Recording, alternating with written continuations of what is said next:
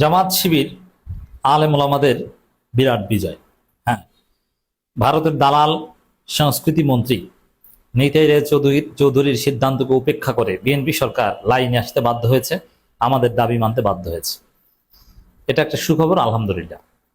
দর্শক, সংখ্যাগরিষ্ঠ মুসলিম ডমিনেটেড বাংলাদেশে সংস্কৃতির প্রধান উপাদান ধর্ম।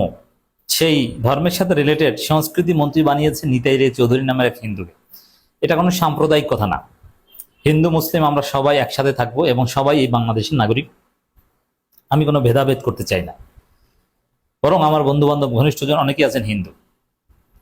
নাগরিক হিসেবে তারা সংখ্যালঘু নয়, তারাও যা আমরাও তা। এদেশের নাগরিক হিসেবে তারা আমরা সবাই সমান। কিন্তু কিছু রিয়ালিটি আছে।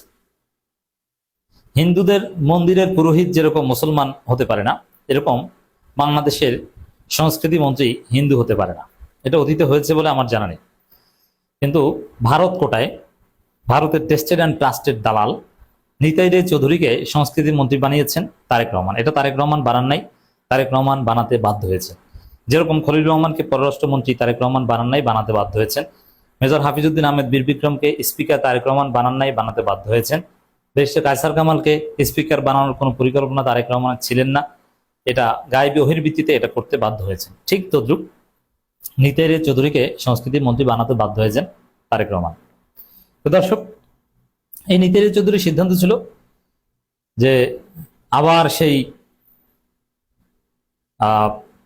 যে মঙ্গল শোভাযাত্রা, যে হিন্দুয়ানি কালচার, ভারতের চাপিয়ে দেওয়া যে কালচার, পয়লা বৈশাখের দিন মুখোশ টুখোশ পরে, পেঁচা টেচার মুখোশ পরে সেই মঙ্গল শোভাযাত্রা আবার ফিরে আসবে।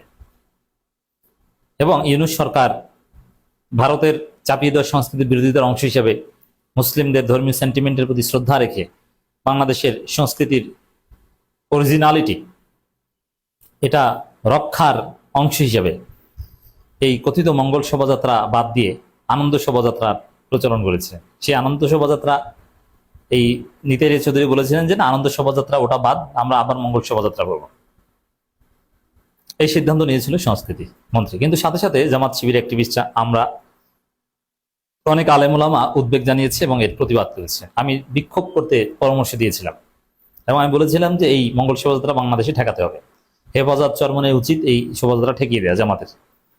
কিন্তু ঠেকানো লাগবে না। সুখবর হচ্ছে আনন্দ শোভাযাত্রা নামেই বাংলা নববর্ষ উদযাপন করা হবে। এর মানে মন্ত্রী নিতাই রায় চৌধুরীর যে ভারতের দালালি, ভারতীয় সংস্কৃতির যে দালালি, ওটাকে উপেক্ষা করেই আমাদের যে দাবি যে না, আনন্দ শোভাযাত্রাই ঠিক রাখতে হবে। আনন্দ শোভাযাত্রা উদযাপন হচ্ছে, নট মঙ্গল শোভাযাত্রা, নট হিন্দুয়ানি ভারতের পশ্চিমবঙ্গের চাপিয়ে দেওয়া কালচার। এটা একটা অর্জন। বিএনপি সরকারের হাজারো দুর্বলতার মধ্যেও, খারাপ দিকের মধ্যেও এটা একটা বিশেষ দিক যে জনগণের সমালোচনায় অনেক ক্ষেত্রেই তারা পিছু হটে এবং জনগণের দাবি মেনে নেয়। ফেসবুকের সমালোচনায় অনেক দাবি তারা মেনে নিয়েছে আমাদের সমালোচনায়, এবং বিএনপির নীতি নির্ধারক অনেকেই আমাদের খোঁজ খবর নেন, আমাদের সমালোচনাকে অ্যাপ্রিসিয়েট করে। এটা ভালো দিক, এটা একটা গণতান্ত্রিক মানসিকতা। I do appreciate it. যেমন এই যে শিক্ষা প্রতিষ্ঠানের সভাপতি হতে শিক্ষাগত যোগ্যতা লাগবে না, অশিক্ষিত হলেও চলবে, এই সিদ্ধান্ত নিয়েছিল সরকার। এমনকি বিএনপির ডেসপিকেবল মাদারবোর্ড বুদ্ধিজীবী ফাহাম আব্দুল সালামরা এটার পক্ষে সাফাইও গিয়েছিলেন যে না, সমস্যা নাই। বুঝাতে চেয়েছেন যে শিক্ষা প্রতিষ্ঠানের সভাপতি যারা প্রতিষ্ঠা করছে তারা হবে, তাতে শিক্ষাগত যোগ্যতা থাকুক আর না থাকুক।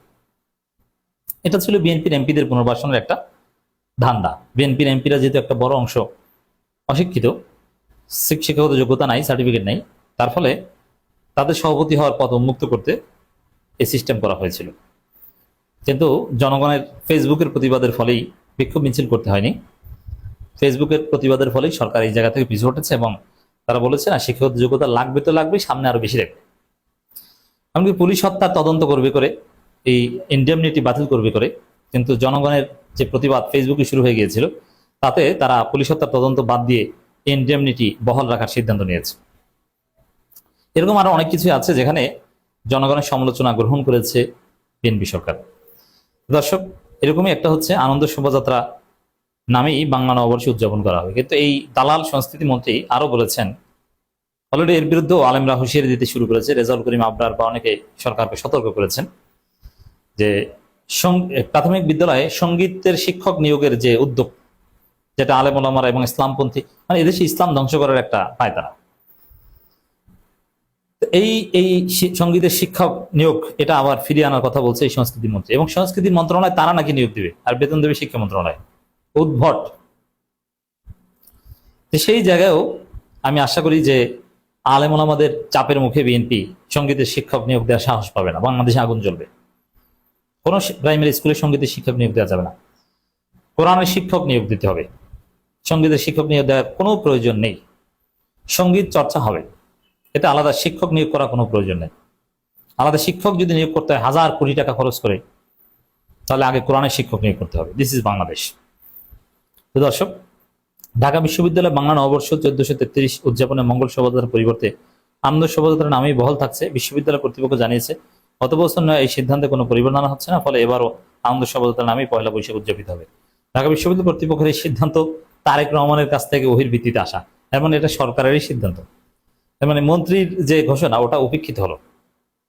মন্ত্রী মাগুরায় তার সেলা সামসাদের নিয়ে, অথবা যশোরে ভারতের যে বর্ডার আছে একদম সীমান্তে, যেখান থেকে মানুষ বর্ডার ক্রস করে ভারতে যায়, সেখানে তারা এটা করুক, সেই বেনাপোলে করুক, কিন্তু চারুকলায় ঢাকা বিশ্ববিদ্যালয়ে কোনো মঙ্গল শোভাযাত্রা করতে দেওয়া হবে না।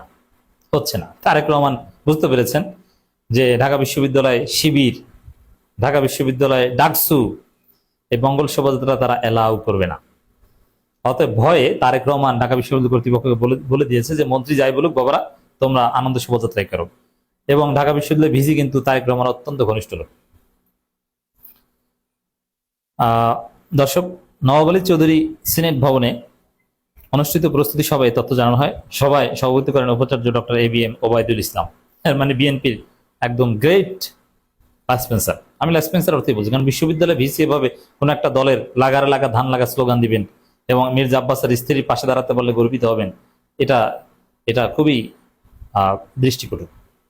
সবাই জানানো হয় বাংলা নববর্ষ 1433 উপলক্ষে এবার প্রতিবেদন নির্ধারণ করা হচ্ছে নববর্ষের ঐক্যতান, গণতন্ত্রের পুনরুত্থান।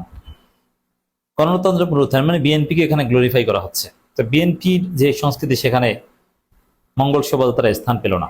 যে গণতন্ত্রের পুনরুত্থান হয়েছে মানে এটা বিএনপির বিজয়, এভাবেই দেখা হচ্ছে।